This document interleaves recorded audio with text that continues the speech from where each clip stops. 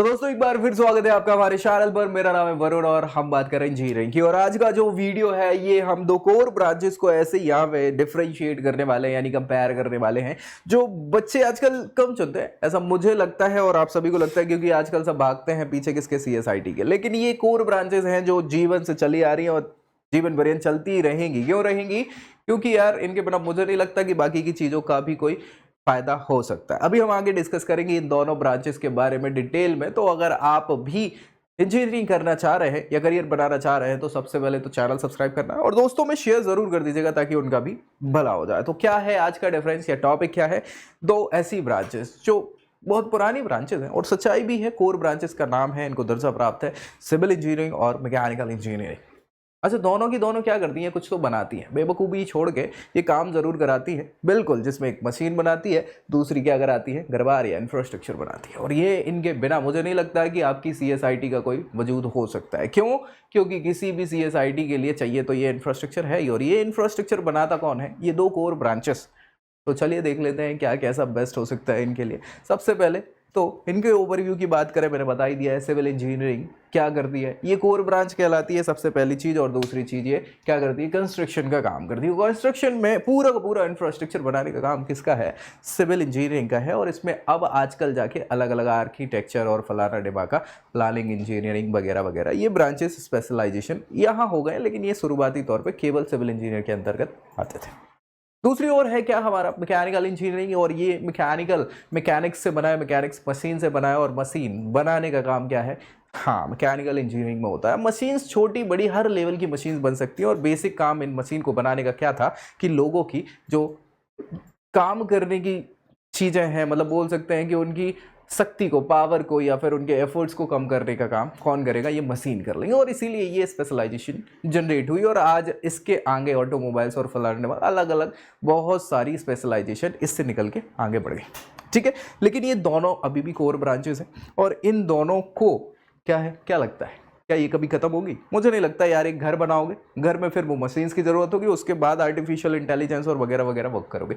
तो ये तो लगनी है ना, हर जगह ये इनके तालमेल से ही वर्क बनने वाला है। अब कैसे क्या आप जा सकते हैं इस इंजीनियरिंग की फील्ड में? तो सबसे पहले तो 12th क्लास आपको पास करनी होगी बिल्कुल। और इसके लिए PCM हो तो सबसे अच्छा है। परसेंटेज के क्राइटेरियाज होते हैं अलग अलग, वैसे बेसिक 50% के हैं। और उसके बाद अलग अलग यूनिवर्सिटीज़ या अलग अलग कॉलेजेस के लिए ये बढ़ सकते हैं, कम भी हो सकते हैं उनकी हाँ रेंज के हिसाब से, उन्हें कैसे बच्चे चाहिए वैसा। ठीक है, अब ये बेसिक क्या हो जाएगा? क्राइटेरिया है जो आपको एंट्रेंस एग्जामिनेशन में क्वालिफाई करा सकता है या उसकी क्वालिफिकेशन को फुलफिल कराएगा। फिर आप देंगे एग्जाम्स, अलग अलग लेवल के, नेशनल, स्टेट और यूनिवर्सिटी लेवल तक के एग्जाम्स होंगे। अब नेशनल एग्जाम में JEE मेंस जो अभी हो चुका है, रिजल्ट आ चुका है, अब एडवांस की बच्चे तैयारी कर रहे हैं, उसके बाद अच्छा परफॉर्म किया तो JEE एडवांस दे सकते हैं और इसके बेसिस पे आपको टॉपेस्ट इंस्टीट्यूशंस मिल सकते हैं इंडिया के।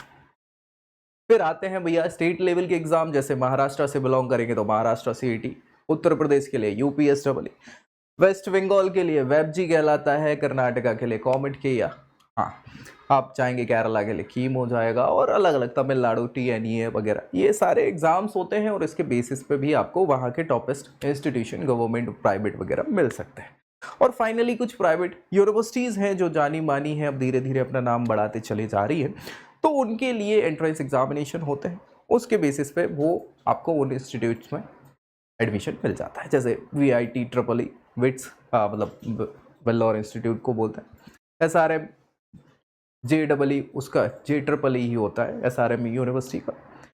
इसके अलावा LPU नेस्ट होता है, LPU के लिए MET वगैरह होता है, विटसेट होता है, विट्स होता है। तो एक बहुत सारे आपके पास ऑप्शंस हो सकते हैं एडमिशन लेने के। ठीक है भाई, इनके बेसिस पे अलग अलग जगहों पे आपको ये मैकेनिकल या सिविल इंजीनियरिंग वगैरह जिस पे फोकस करना चाह रहे हैं वो मिल सकती है। ठीक है, तो ये चीज़ें आपको ध्यान रखनी है ना। आगे इनके कोर्सेज में हाइलाइट्स देखें तो भाई ये स्टार्टिंग रेंज आपकी अंडर ग्रेजुएशन प्रोग्राम से ही होगी, इसके बाद पोस्ट ग्रेजुएशन और PhD लेवल तक के कोर्सेज आप कर सकते हैं। लेकिन हम स्टार्टिंग से बात कर रहे हैं, 4 साल का ये प्रोग्राम BE या BTech के तौर पे जाना जाता है और अलग अलग जगहों पे आप इसको कर सकते हैं। ऑप्शंस में कॉलेजेस मैंने बता ही दिए हैं, जिस भी लेवल के एग्जाम्स को आप एंट्रेंस एग्जाम को दोगे और उसमें क्वालिफाई करोगे और उसके बेसिस पे आपको उस टाइप के कॉलेजेस एज ऑप्शंस मिल सकते हैं। IITs हो सकते हैं, NITs, ट्रिपल IITs हो सकते हैं, top government institution of the states हो सकते हैं, फिर प्राइवेट इंस्टीट्यूशंस और प्राइवेट यूनिवर्सिटीज़, ये सारे तमाम ऑप्शंस आपको मिल सकते हैं। फाइनली फीस क्राइटेरिया जो है on an average fees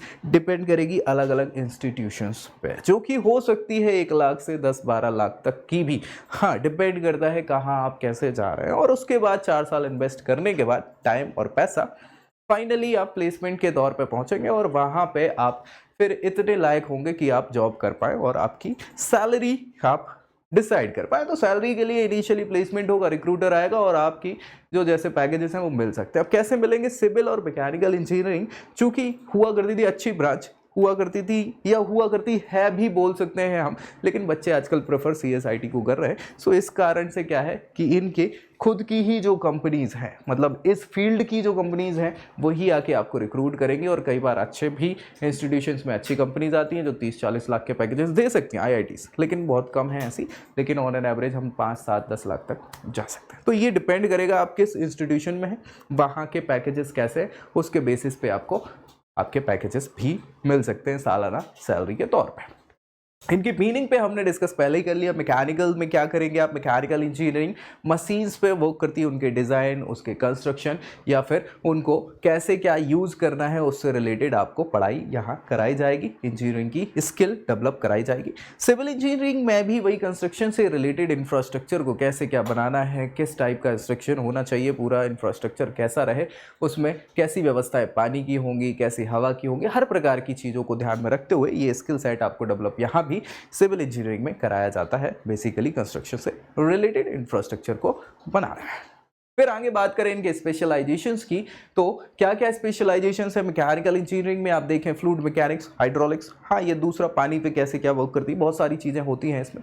material engineering हो गया, nano technology, bio medical engineering, robotics, जिसको मैकाट्रॉनिक्स आजकल उसके अंदर ही ये सारी चीज़ें आने लग गई, न्यूक्लियर एनर्जी, मरीन इंजीनियरिंग वगैरह, ये सब मैकेनिकल से स्पेशलाइज्ड होते हुए अब जाके अलग अलग ब्रांचेस के तौर पे ये हाँ अपने आप में शुमार हो चुकी है। लेकिन बेसिक स्पेसिफिकेशन आपका मैकेनिकल का है। तो वहीं हम सिविल की बात कर लें तो सिविल में आपको structure engineering, transportation engineering, construction engineer, architecture, planning वगैरह ये स्पेशलाइजेशंस मिल सकती है। और जो आगे चल के अभी क्या हो गई है, हाँ ये स्पेशलाइज हो गई है, अलग अलग इंस्टीट्यूशन इनसे स्पेशलाइजेशन से ही सीधी इंजीनियरिंग आपको मिल जाएगी, कराने लग गए। ठीक है, तो ये ऑप्शंस हो सकते हैं। यहाँ पे क्या सब्जेक्ट्स पढ़ने पड़ेंगे, तो मैं आपको बता दूं कि बहुत सारे कॉमन सब्जेक्ट्स भी हैं यहाँ पे, मैकेनिकल में भी और सिविल में भी। चाहे हम फ्लूइड मैकेनिक्स की बात करें, टॉम डॉम वगैरह ये चलते हैं वहाँ पे, है ना, थर्मल हो गया, मटेरियल साइंस वगैरह हो गया, फ्लूइड मैकेनिक्स, सॉइल मैकेनिक्स वगैरह, ये सारे कॉमन सब्जेक्ट्स हो जाते हैं। इसके अलावा मैन्युफैक्चरिंग, इंडस्ट्रियल इंजीनियरिंग ये आपको पढ़ने होंगे, अप्लाइड मैकेनिक्स, डिज़ाइन तो सब में ही पढ़नी है। ठीक है, तो ये बेसिक से है कुछ सब्जेक्ट, और बाकी फिर कोर सब्जेक्ट इनके हो जाएंगे इनकी इंजीनियरिंग से रिलेटेड। स्कोप्स क्या बोल दूँ भाई, ये स्कोप के बारे में मैं बहुत पहले से समझा रहा हूँ कि स्कोप खत्म कभी किसी चीज़ का नहीं होता, उतार चढ़ाव जरूर आते हैं। अभी बात किसकी है? डिजिटलाइजेशन पे वर्क हो रहा है, पूरा देश पूरी दुनिया उस पर ही काम कर रही है, इसीलिए अभी फील्ड उसकी हाई है। लेकिन कभी भी हाँ ना मैकेनिकल ना सिविल कम तो कभी नहीं होंगे, क्योंकि बिना इंफ्रास्ट्रक्चर या मशीनरी के काम तो तब भी नहीं होने वाला। हाँ, ऑन एन एवरेज की बात कर ले तो इनका स्कोप अभी फ़िलहाल ऐसा बोल सकते हैं कि बाकी के CSIT से कम है। लेकिन फिर भी ऑन एन एवरेज जो ROI के टर्म पे हम बोल सकते हैं, रिटर्न के टर्म पे बहुत सारे इंस्टीट्यूशन आपको मिल जाएंगे जो अच्छा खासा रिटर्न आपको इन ब्रांचेस में भी देने वाले हैं। ठीक है, मेहनत करनी पड़ेगी। IITs वगैरह अगर मिल जाते हैं तो आपका सेट है भैया फ्यूचर यहाँ पे।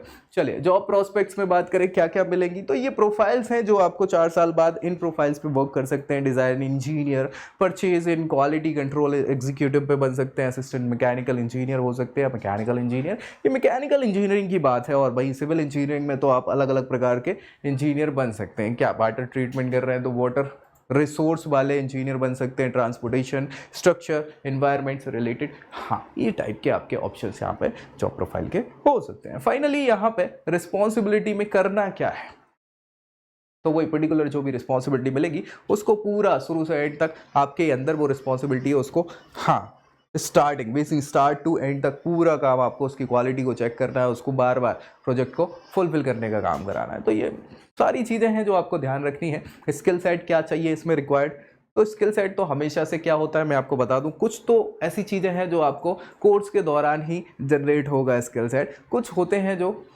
पहले से ही रहते हैं। पहले तो सबसे पहले डिज़ाइन करना है चीज़ों को कि हमें करना क्या है, और उसके बाद फिर आपकी स्किल सेट में क्या है। हाँ, सबसे पहले तो प्रॉब्लम को सॉल्व करने का नज़रिया आपका होगा, डिज़ाइन बनाने का तरीका होगा, और कम्युनिकेशन वगैरह ये सारी स्किल सेट होती हैं जो डेवलप होंगी, या नहीं है तो उसको डेवलप आपको करना होगा भाई। इसके बाद क्या रिक्रूटर्स हैं आपके, कौन लेके जाएगा आपको, कौन आपको हाँ अच्छे प्लेसमेंट प्रोवाइड कराएगा, तो ये आपकी खुद की ही है। देखो यार, इनके साथ समस्या क्या है मैकेनिकल के साथ कि इनका स्किल सेट ही वैसा है, इसमें स्कोप क्या है केवल मशीन्स का ही है। तो जब तक ये खुद कुछ नया नहीं करेंगे, वो फील्ड की कंपनीज ही आपको रिक्रूट करके ले जाएंगी। जैसे एस्कॉर्ट हो गया, हिंदुस्तान एरोनॉटिक लिमिटेड, हाँ HAL अच्छा खासा नाम है, ये गवर्नमेंट बोल सकते हैं पब्लिक सेक्टर की कंपनी है। बेल हो गया, NTPC, NHPC हो गई, ये सब JCB वगैरह की खुदाई तो आपने देखी ही होगी। L&T, टाटा कंसल्टिंग और स्टूमाकर हो गई, चेकअप इंजीनियरिंग मेटल वाला। ठीक है, ये ब्रांचेस के बेसिस पे डिपेंड करता है कि कंपनी क्या है भाई। यहाँ पे L&T भी आपको लेके चली जाएगी, या फिर हाँ मैकेंजी भी लेके चली जाएगी, उन्हें अपने प्रोजेक्ट बनाने, तो वो डिपेंड नहीं करता। सारी चीज़ें आपकी कंपनीज उस फील्ड की ही आपको रिक्रूटर के तौर पे मिलने वाली है। चलिए, क्या कैसे सिमिलैरिटीज़ हैं दोनों में, तो मैंने आपको बताई दी है सिमिलैरिटीज़ क्या है। दोनों कोर ब्रांचेस हैं और दोनों बनाने वाली है। मतलब क्या बनाने वाली है, एक तो मशीन बनाने वाली है, दूसरी इंफ्रास्ट्रक्चर बनाने वाली है। और दोनों में क्या कोर सिमिलरिटीज़ हैं कि हाँ, ये अब इनकी जो सिमिलरिटीज़ या स्पेशलाइजेशंस थी वो अपने आप में एक बड़ी बड़ी ब्रांचेस बनती चली जा रही है। इनकी मांग कभी खत्म नहीं होने वाली, और बिना इनके कोई आगे की चीज़ें नहीं चल सकती। इंजीनियरिंग एक दूसरे के तालमेल से चलती है, और वही चीज़ आपको यहाँ भी देखनी है। डिटर्मिनेशन, इनके प्रोजेक्ट वगैरह लगभग सब एक दूसरे से कनेक्टेड ही होते हैं। और इन सारी चीज़ों के साथ मुझे लगता है जो आपके कंपैरिजंस थे इन दोनों को लेके, जो कन्फ्यूजन्स थे, वो थोड़े बहुत तो मुझे लगता है कि ना के बराबर बचे होंगे। और फिर भी अगर कोई चीज़ें बची हैं या जो नहीं समझ आ रही हैं, आपकी प्रोफाइल पे बेस्ट क्या है ये आप जानना चाह रहे हैं, तो नीचे प्रोफाइल एनालिसिस फॉर्म है जिसको फिल करिए, उसके बेसिस पे बताएंगे क्या बेस्ट हो सकता है आपके लिए। तो मिलेंगे अगली वीडियो पे अगली जानकारी के साथ, तब तक के लिए जय Hind. I hope you like this video. For more such videos, keep watching our channel and do not forget to like, share and subscribe.